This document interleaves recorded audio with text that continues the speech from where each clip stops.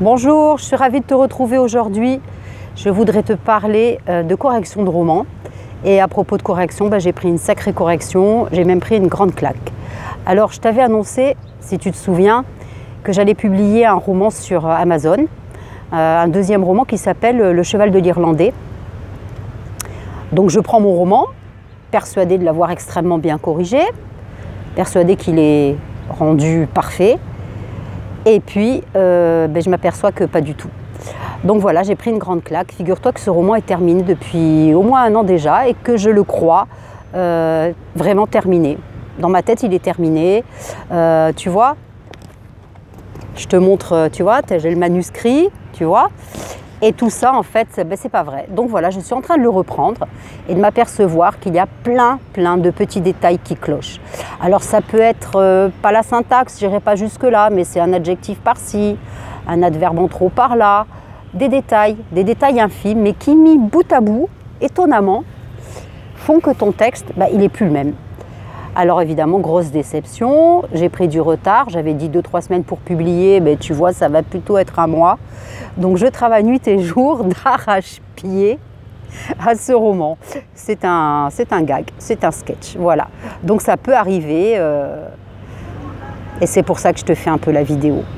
C'est pour te dire que voilà, vérifie vraiment parce que tu peux être très sûr de toi et te tromper. Et je sais à quoi c'est dû. C'est dû au fait que durant un an, je n'ai pas mis le nez dedans, je ne l'ai pas regardé. Tu vois, et ça m'a donné un recul extraordinaire de le rouvrir comme ça au bout d'un an. Alors voilà, prends le temps, prends vraiment du temps si tu peux pour vérifier ce que tu fais. Alors il y a un miracle sur Amazon, il y a un truc très chouette, c'est que quand même tu peux enlever ton texte et le corriger, le republier très rapidement. Alors j'aurais pu faire ça, mais c'est quand même très dommage de donner une mauvaise image, une mauvaise opinion de son roman en ne le donnant pas tel qu'il doit être, définitif, dès le premier jour de publication. Bien sûr, on peut toujours se rattraper avec Amazon, mais c'est quand même très dommage. Voilà, alors je vais te parler un petit peu du livre, te dire que c'est un livre qui est à plusieurs voix. Alors il y a deux voix, il y a la voix des deux héros, l'héroïne et le héros. Il y a aussi la voix des parents qui envoient des lettres. C'est vraiment un roman où il y a 1, 2, 3, 4 voix, dont 2 principales, largement principales, et dont la structure est complexe. Et à la relecture, la structure m'a paru impeccable. En revanche, ça, je l'avais bien réussi. Donc, ce n'est pas une histoire structurelle, c'est une histoire de millimètres. C'est vraiment les 2 millimètres qui manquaient, je dirais même le millimètre qui manquait.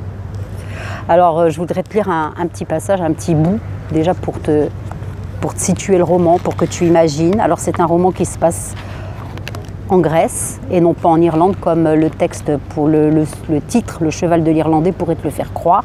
Il y a toutefois une petite partie en Irlande, mais le gros de l'histoire se situe en Grèce, sur une petite île sauvage.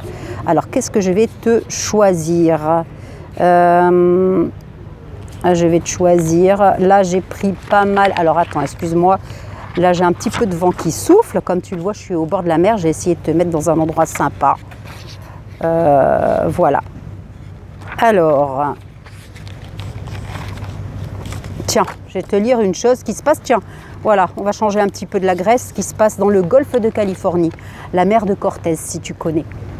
Et c'est le héros là qui va te raconter ça. Voilà. C'est ma 2e nuit à la Belle Étoile.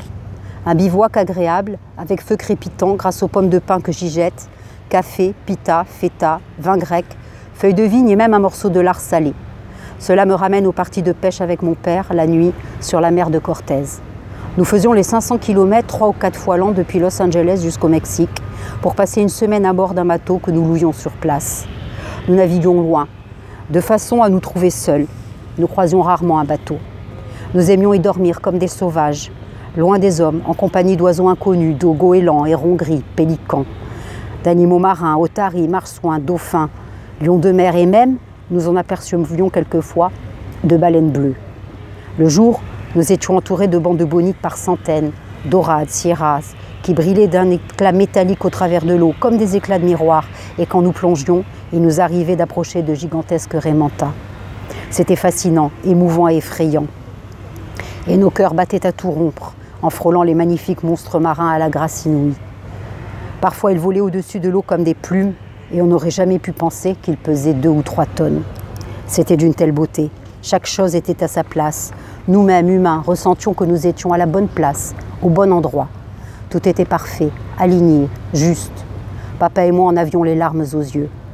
Nous pensions toujours avec émotion à Steinbeck qui affectionnait la mère de Cortez et l'avait tant sillonnée avec Doc, son ami biologiste. Nous faisions sur le pont des repas frugaux et merveilleux, gordillas ou tortillas dont nous faisions provision dans un puesto avant d'embarquer, poissons grillés que nous pêchions, arrosés de vin de Californie, mangue, goyave et café fort. La nuit surtout, sous le coromuel, la brise du golfe de Californie, comme l'appellent les Mexicains, nous prenions grand plaisir au balancement du bateau, aux étoiles éclatantes, piquées dans le ciel par une couturière invisible, au silence de la mer, qui n'est pas tout à fait du silence. Voilà, je voulais te lire un morceau qui, je trouve, va bien avec le paysage, parce que comme tu le vois, j'aime énormément la nature, et je pense que j'essaierai toujours de te faire comme ça des vidéos, tu vois, dans des endroits un petit peu sympas. Alors, est-ce que je peux te montrer? Voilà, tu vois, c'est pas mal, hein? Voilà, ben ça c'est encore mieux ici. Tiens, on va peut-être rester comme ça. Là, tu vois, il n'y a plus trace d'humanité quasiment. Et mon roman, c'est un peu ça, si tu veux. Ça se passe sur une île grecque complètement perdue. Voilà. Alors, je vais te lire un petit peu la Grèce. Je vais essayer de te trouver ça. Dans le texte, je l'avais marqué, voilà.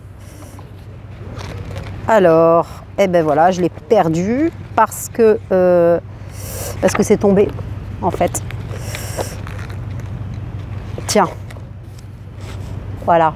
Alors ça, c'est l'héroïne, et elle va faire ses courses dans la petite épicerie grecque du village, complètement perdue.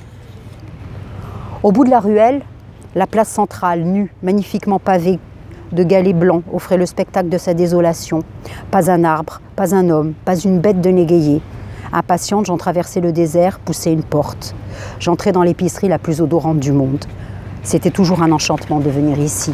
Il n'y avait personne, mais toutes les odeurs étaient là. Comment décrire ce mélange intime de parfums qui s'affrontaient, restituant à l'homme la multitude des sensations olfactives que procure la terre. Dans une boutique de 15 mètres carrés se trouvait tout ce dont les femmes avaient besoin pour leur ménage. C'était de fait la seule boutique de nourriture du village. Des couffins débordants d'épices étaient alignés en rang de chaque côté du magasin, tels des soldats au garde-à-vous, sur la terre battue soigneusement balayée. Ils formaient une tranchée dans laquelle l'épicier et les clients évoluaient précautionneusement. Le jaune éblouissant, l'or et le miel se mêlaient, le safran discutait avec le cumin, le poivre rouge avec le poivre noir, et les clous de girofle étaient les 3 pointes du Christ des orthodoxes. La cannelle enivrait, le thym émoustillé. Tout cela semblait monter des entrailles de la terre. Sur des étagères, le long des murs, se dressait une batterie de produits grecs ou importés. Conserves, paquets de biscuits, pâtes, riz, semoules, légumes secs à vendre au détail. Prisonniers d'immenses bocaux en verre, seaux d'olive, bouteilles et limonades diverses, ouzo, pita cuite par la femme de l'épicier, et même des piles électriques, de la lessive, des objets hétéroclites, un réveil vieilli, des icônes naïves au coloris criard. De derrière le comptoir de bois brut où trônait l'indispensable balance à poids octogonaux, un chien jaune, hagard, épuisé, sortit lentement. Il me considéra indifféremment, renifla brièvement mes jambes. Je le caressai entre les oreilles, comme je l'avais fait pour l'âne. Il s'éloigna placidement et reprit son existence apathique derrière le comptoir, où il se recoucha. De l'ail en tresse, des bouquets d'oignons blancs et rouges, des branches de laurier attirèrent mon attention. Je désirais aussitôt m'en procurer. Accroché un clou sur la brancheur austère et très belle des murs, crépis de gros grains irréguliers de ma petite maison, il serait plus beau que les plus inspirés des tableaux. Mais Chronos, l'épicier, ne vint pas. Je sortis. La claque brutale du soleil m'attendait. Mes paupières clignotèrent devant ce monde immaculé et incompréhensible. Voilà, je t'ai lu 2 extraits. J'espère que ça t'a plu.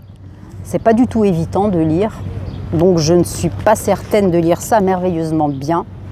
Et voilà, je vais donc te mettre en dessous les extraits Je vais peut-être te les mettre en dessous de la description. Hein. Tu vas trouver un lien qui va t'amener au blog. Et sur le blog, en dessous de la vidéo, je vais te mettre les textes à l'écrit. Je crois que c'est préférable. En même temps, c'est sympa de les lire, d'essayer d'interpréter.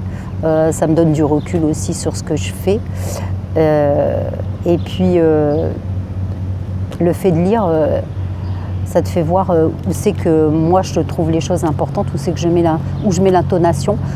Et d'ailleurs, tu ne seras peut-être pas d'accord avec moi, tu penseras que ça peut être différent. Donc, j'attends tes commentaires avec impatience. Et je te dis encore une fois, ne fais pas comme moi, fais attention à tes corrections, fais attention à ce que tout soit parfait pour ne pas avoir comme moi une grosse surprise, une immense déception dont je ris, tu vois, hein, je le prends pas mal, ça me fait quand même sourire. Et je me dis qu'on ne m'y reprendra plus. Je ferai tout pour en tout cas. Je te souhaite une bonne semaine et surtout écris avec passion. Ciao.